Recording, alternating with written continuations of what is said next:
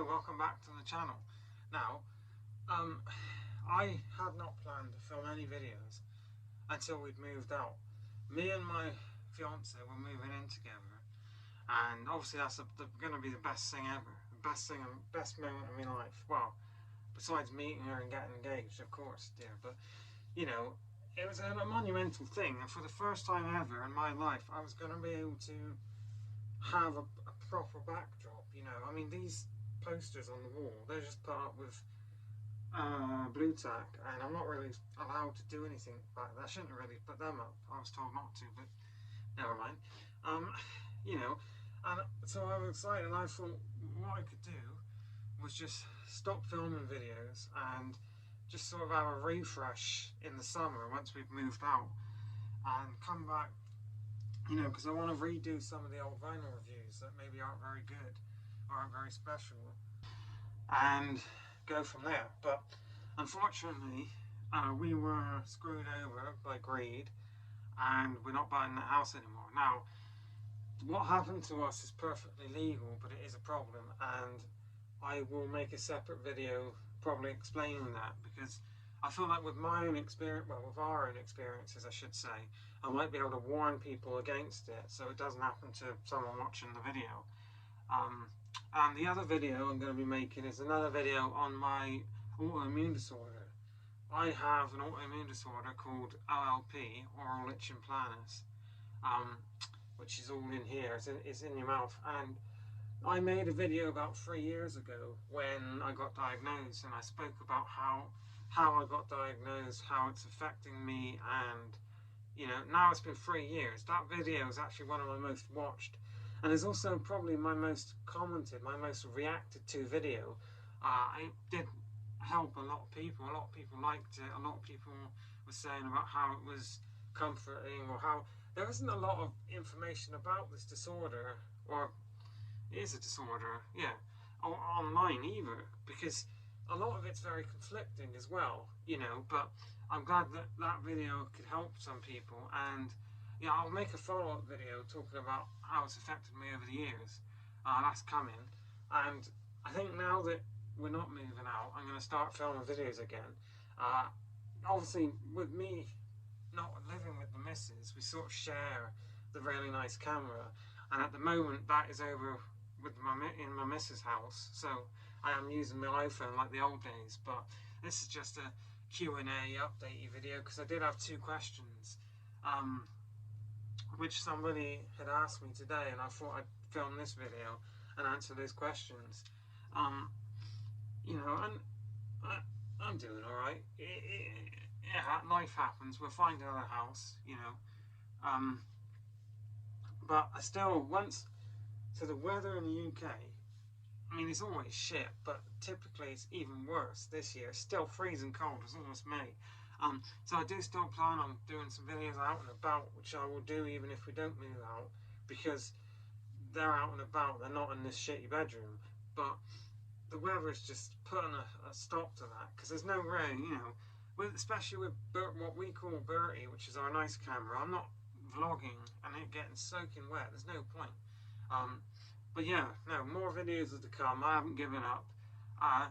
Now, the 2 questions I had, probably the biggest one, which a load of people had asked me, because it's obviously right up my alley, is have you heard the Liam Gallagher John Squire project? I think I think it's self-titled, but I have heard it, and I was basically underwhelmed. Obviously, I'm the world's biggest Liam Gallagher fan. You can see him in the background. I've got Oasis tattoo here, Oasis logo tattooed on my leg permanently. I've got all their albums on vinyl. I've got a plethora of their singles on vinyl and CD. I've got this thing which used to be in the background of all my videos, which is now up for sale. I've got that book down. I've got a plethora of Oasis memorabilia and whatnot, and I love them. And Stone Roses, there wouldn't be an Oasis without the Stone Roses, so they are incredibly important to me too. I love all their stuff. Ian Brown's a muppet nowadays, but back in the day, they were class. And I thought that John Squire coming together with Liam Gallagher was going to be brilliant. but unfortunately it just was a bit underwhelming. The main thing that let it down was the lyrics. The lyrics were dreadful. Now, I don't know who wrote those lyrics. I think the story goes that John Squire was working on the project and he wanted a female lead singer to sing it. And then someone had suggested to him, why don't you ask Liam Gallagher? And then that's sort of how it came about. So I'm assuming they were written by John Squire, but they're just crap. I mean, it's just a bit like, I mean, the Star Wars references as well in them. And then, like, the lead single they did, Just Another Rainbow, I can't remember if I'd done a video on that. I must have. I'd have to check, but the lyrics on that were crap. And I know it's a song about rainbows, but when Liam Gallagher is singing The Colours of the Rainbow on the bridge, it's a bit cheesy, and it's a bit like... But saying that, the instrumentals, like the guitar work, I mean, typically is brilliant, because John Squire's a legend, and he's so good at what he does. Especially the song I'm a Wheel. I think it's called I'm a Wheel. That song is very bluesy, and it is fantastic. You know, I've never heard Liam Gallagher sing such a bluesy tune, and he does it so well. It is brilliant, absolutely brilliant. And the only other thing that lets it down is the bloody artwork. The artwork for that album is some of the worst artwork I've ever seen on a cover album. Cover album? On the cover of an album. I don't know whose idea that was, but it is crap.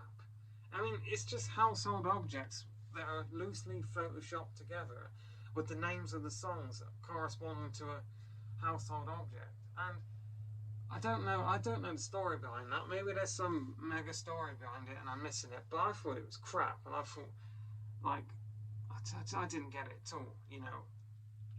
Just didn't get it. I mean, Liam Gallagher has probably one of the most recognisable faces in rock music, especially the stance, you know, when he sings, his arms behind his back. And then, I know John Squire probably isn't as recognisable, but you could have done a picture of the two of them, and it would have looked so much better, so much better. Well, I haven't filmed in a while, I'm out of practice. The only other thing was the Beatles. This is a Beatles Hornby carriage. I'll make a video on model trains one day, but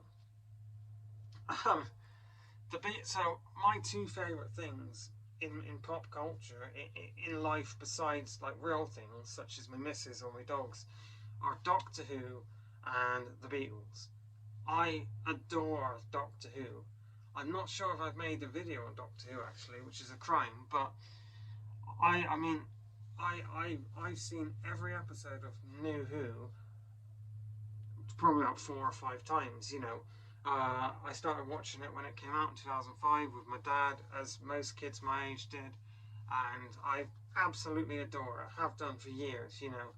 And I've seen most of Old Who, not all of it, because it is a bit of a drag, only because it's not meant to be binge watched, you know. But that's not the point. I'm very excited for what they call season 1, with Nupti Gatwa, or Shooty, sorry, his name's Shooty.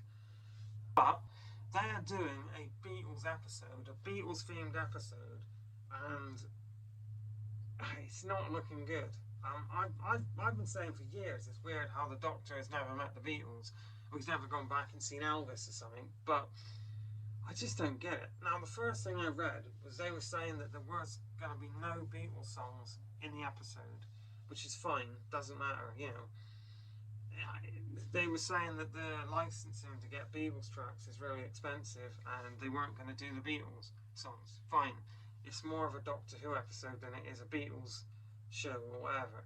But then they announced the cast, and they put out this picture of the cast, and it is awful. I will put a picture up if I remember. They look nothing like the Beatles.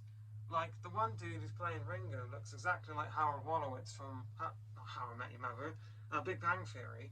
But when you think about how many people are employed day by day to impersonate John, Paul, George and Ringo, you know, or how many people look like the Beatles, there are countless of bands around the world that make a living by dressing up and putting prosthetics on to look like the Beatles, and they couldn't be bothered to hire people who look like John, Paul, George, and Ringo. I mean, it's not even close. I don't get it, and I just don't.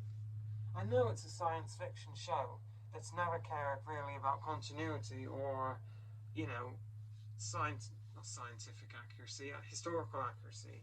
I get that, but would it have been too hard just to find people who even look like the Beatles? You know, like it's beggars belief, but it doesn't matter. I'm rambling, but I want to make this video, you know, just to say I haven't given up. And so yeah, there are more videos to come. I'm gonna get back into filming now. Now that we're not moving out, I might as well film some things. There'll probably be more out and about, as I said. But you know, thanks for watching. Thanks for sticking with me. This channel, well, it started in 2019, so it's almost 5 years old. Probably over 5 years, and some of you have been here since 2020, which is amazing, and I appreciate everyone who watches these videos. You are absolutely class, and I will see you again soon. Take care, everyone.